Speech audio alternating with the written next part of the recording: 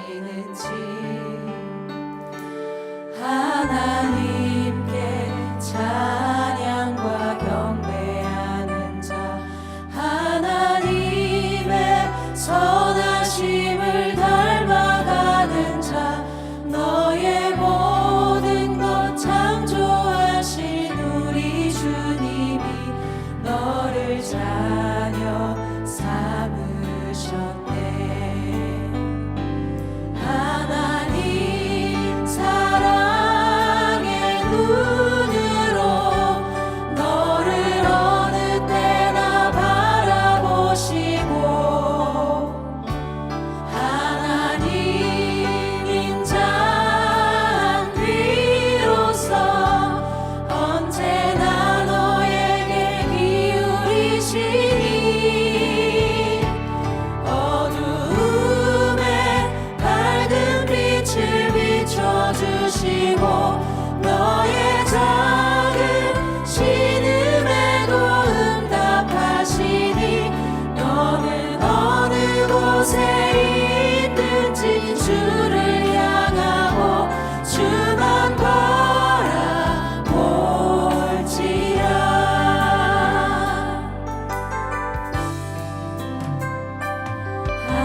하나님께 찬양과 경배하는 자 하나님의 선하심을 닮아가는 자 너의 모든 것 창조하신 우리 주님이 너를 자녀 삼으셨네. 하나님 사랑의 눈으로 너를 어느 때나 바라보시고 하나님 인자한 귀로서 언제나 너에게 기울이시니 어두움에 밝은 빛을 비춰주시고 너의 작은 신음에도 응답하시니 너는 어느 곳에 있든지 주를 향하고 주만 바라볼지라. 하나님 사랑의 눈으로 너를 어느 때나 바라보시고 하나님 인자한 귀로서 언제나 너에게 기울이시니 어두움에 밝은 빛을 비춰주시고 너의 작은 신음에도 응답하시니 너는 어느 곳에 있든지 주를 향하고 주만 바라볼지라. 주만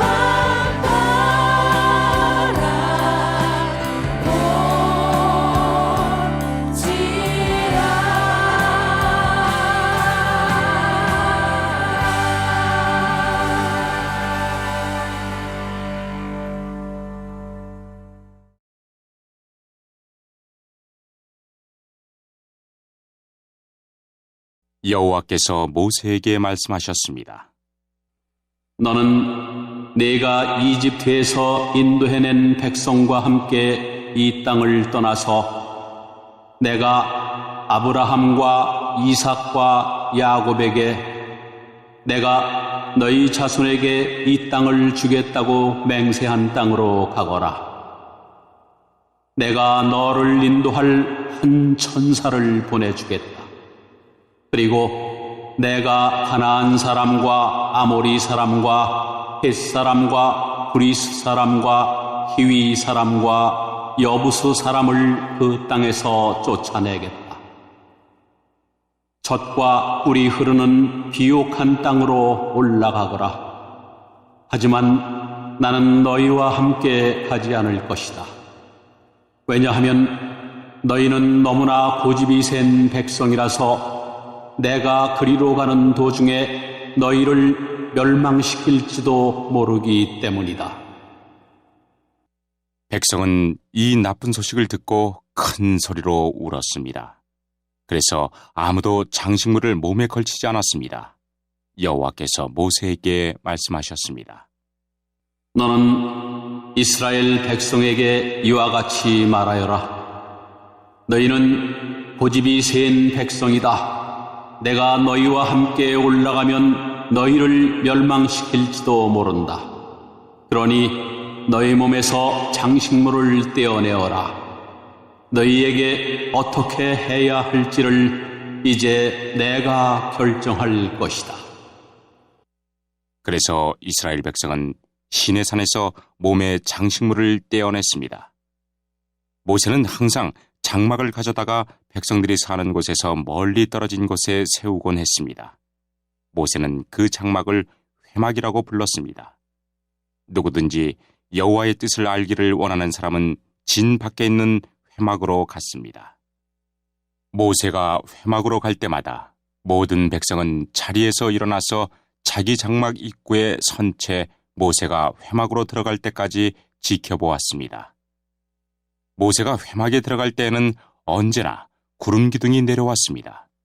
구름 기둥은 여호와께서 모세에게 말씀하시는 동안 회막 입구에 서 있었습니다. 백성은 회막 입구에 구름 기둥이 서 있는 것을 보고 한 사람도 빠짐없이 자리에서 일어나 자기 장막 입구에서 절을 했습니다. 여호와께서는 마치 사람이 자기 친구에게 말하듯이 모세와 얼굴을 맞대고 말씀하셨습니다. 말씀이 끝나면 모세는 진으로 돌아왔습니다.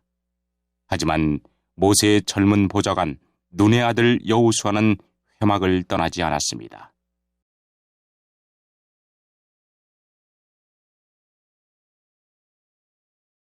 샬롬 샬롬. 오늘도 아잠으로 예배하시는 요한서울교회 모든 가정 가운데 하나님의 은혜와 평강이 넘치시기를 소망합니다.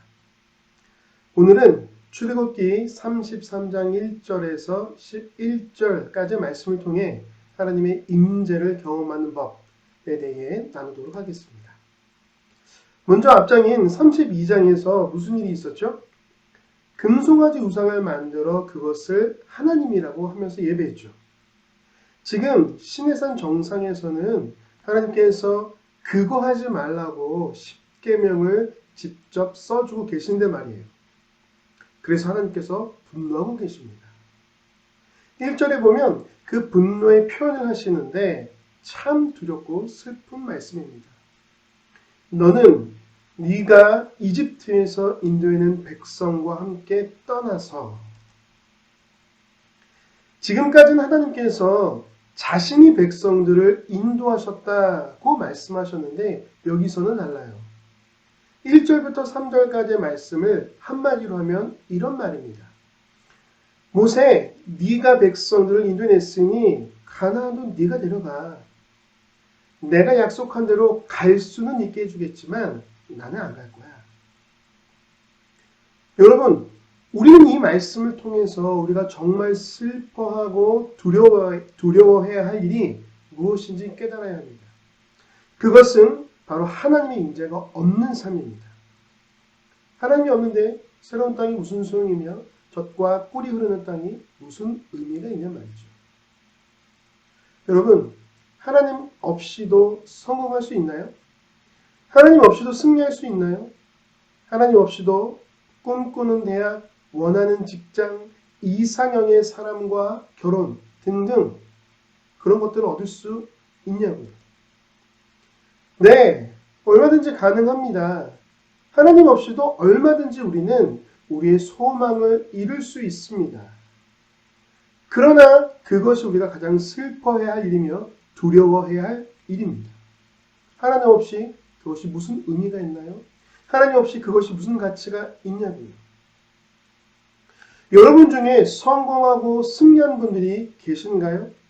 원하는 대로 일이 척척 진행되고 있는 분들이 계신가요? 그렇다면 한번 돌아보시기를 바랍니다. 내가 지금 승승장구하는 길에 하나님께서 동행하고 계신가? 아니면 하나님이 기뻐하시지도 않고 함께 하시지 않는 일들을 열심히 추구하고 있지는 않은가 말이죠. 흥사단 투명사회운동본부 윤리연구센터에서 지난 2019년에 발표한 자료 중에 이런 게 있어요. 10억이 생긴다면 잘못을 하고 1년 정도 감옥에 들어가도 괜찮다라는 항목에 대해서 초등학생 23%, 중학생 42%, 고등학생 57%, 20대 53%, 30대 43%, 40대 40%, 50대 이상에서 23%가 긍정적으로 답했다고 합니다. 댓글이 웃겨요. 난 감, 나도 감. 군대도 갔다 오는데 감옥이 별거냐? 밥만 줘도 감. 연봉 10억이잖아. 절하지 않을까? 감사하다고? 1년짜리면 큰 범죄도 아님. 그렇게 치면 3년에서 5년 갔다 와서 평생 돈 많은 백수이고 싶다. 여러분 혹시 지금 매우 공감하고 계신 것 아니죠? 세상을 보면 부러워할 것이 참 많습니다. 그러나 환경을 보지 말고 주님을 바라보시길 소망합니다. 돈이 없는 것을 슬퍼하시지 말고 주님이 없는 것에 애통하시기 바랍니다. 이스라엘 백성들은 그 소식에 애통해하며 큰 소리로 울면서 자신들을 가꿨던 장신구들을 그 몸에서 떼어냅니다. 그것은 자신들을 철저히 회개하며 반성한 것입니다. 하나님께서는 그들의 그 모습을 보시며 다시 한번 기회를 주십니다. 그러면서 모두에게서 장신구를 떼어나라고 말씀하십니다. 그 장신구가 어떤 의미죠? 하나님을 분노케 했던 금송아지를 만든 재료입니다. 또한 자신들을 높이는 교만의 상징이기도 하죠. 하나님께서는 그것들을 떼어낸다면 다시 생각해 보시겠다고 말씀하십니다. 그 말에 이스라엘 백성들이 즉각 순종하죠. 이것이 핵심입니다. 우리 삶에서 우상이 될 만한 것들을 제거해야 합니다. 하나님께서 싫어하실 만한 일들을 떼어내야 합니다. 중독이 되어 결국 하나님보다 더 사랑하게 될 것들을 아예 미리 시작도 하지 말아야 합니다. 철저한 회개와 함께 그 문제의 근원을 제거하는 것입니다. 그것이 바로 장신구를 떼어내는 일입니다. 그리고는 무슨 일이 벌어집니까? 회막에 대한 이야기가 나옵니다. 회막은 하나님의 임재의 장소였습니다. 모세는 그 회막을 백성들이 사는 진에서 멀리 떨어진 곳에 세웁니다. 백성들이 세운 금송아지는 어디에 있었죠? 진 안에 있었죠. 그래서 금송아지는 눈을 들어 바라볼 수 있었습니다. 내가 원할 때 언제든지 쉽게 찾아갈 수 있었습니다. 왜냐하면 금송아지 우상은 자신들을 위해 세운 것이기 때문이죠. 이와 반대로 하나님의 회막이 진에서 멀리 떨어진 것은 바로 구별을 의미하는 것이죠. 죄와의 구별, 세상과의 구별을 통해 거룩함을 유지해야만 하나님을 만날 수 있는 것입니다. 8절에 모세도 하나님을 만나기 위해 회막으로 들어갔습니다. 그렇게 모세가 회막에 들어갈 때마다 모든 백성이 자리에서 일어나서 자기 장막 입구에 선 채 모세가 회막으로 들어갈 때까지 지켜봅니다. 그러면 어김없이 하늘에서 구름 기둥이 내려와 하나님이 그곳에 임재하셨음을 보여주셨습니다. 그것을 본 이스라엘 백성들은 한 사람도 빠짐없이 장막 입구를 향해 절을 했고요. 이것이 의미하는 것은 무엇이에요? 죄를 지어 하나님과의 관계가 단절되어 버린 이스라엘 백성들은 그 관계를 회복하기 위해 철저한 회개와 함께 눈이 빠져라 모세를 주시하고 있는 겁니다. 그리고 자신의 일을 하다가도 모세가 회막에 들어가기만 하면 자신의 일을 멈추고 기다립니다. 무엇을요? 하나님의 임재를요. 이제 하나님께서 우리와 함께 하시기를 위한 절차가 명확해졌습니다. 먼저는 죄에 대해 애통해하며 철저히 회개해야 합니다. 그리고 죄의 근원을 제거해야 합니다. 그리고 하나님의 임재의 때와 장소로 나아가야 합니다. 그것이 바로 예배입니다. 여러분, 하나님의 임재가 있는 예배로 나오시길 바랍니다. 또한 여러분의 가정을 예배 장소로 만드신 영상을 보고 계신 여러분이 지금 그렇게 하고 계신 것입니다. 잘하셨습니다. 그럼 예배 때에만 하나님의 임재로 나아갈 수 있나요? 아닙니다. 7절 후반에 보니 이렇게 기록되어 있습니다. 누구든지 여호와의 뜻을 알기를 원하는 사람은 진 밖에 있는 회막으로 갔습니다. 누구든지 언제든지 가능합니다. 언제든지 교회로 오십시오. 본당에 기도할 수 있도록 찬양 24시간 틀어놨습니다. 와서 하나님의 뜻을 물으십시오. 꼭 교회가 아니라도 여러분이 기도할 수 있는 그 회막이 있어야 합니다. 무슨 일이든 하나님의 뜻을 구하는 것이 먼저여야 합니다. 할렐루야. 오늘 우리가 읽은 본문은 너무 슬픈 내용이었지만 그 결과는 해피엔딩으로 끝납니다. 14절을 읽어보겠습니다. 여호와께서 이르시되 내가 친히 가리라. 내가 너를 쉬게 하리라.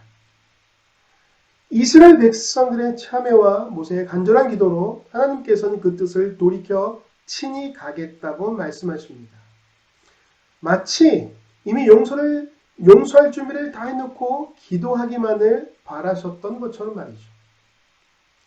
이것이 우리가 하나님을 은혜와 긍휼과 자비의 하나님으로 부르는 이유인 것이죠. 말씀을 정리하겠습니다. 참으로 길고 어려운 길을 가고 있습니다. 이때가 바로 우리 스스로를 돌아볼 수 있는 좋은 기회라고 생각합니다. 여러분의 삶에 하나님의 임재가 있으십니까? 그렇다면 감사하십시오. 그러나 아니라면 참여하십시오. 그리고 더욱 하나님의 임재 안으로 들어오시기 위해 애쓰십시오. 우리를 기다리시는 하나님께서 여러분을 기쁜 마음으로 맞아주실 것입니다. 오늘도 그 하나님의 임재를 경험하시는 요한서울교회의 모든 가정이 되시기를 간절히 소망합니다.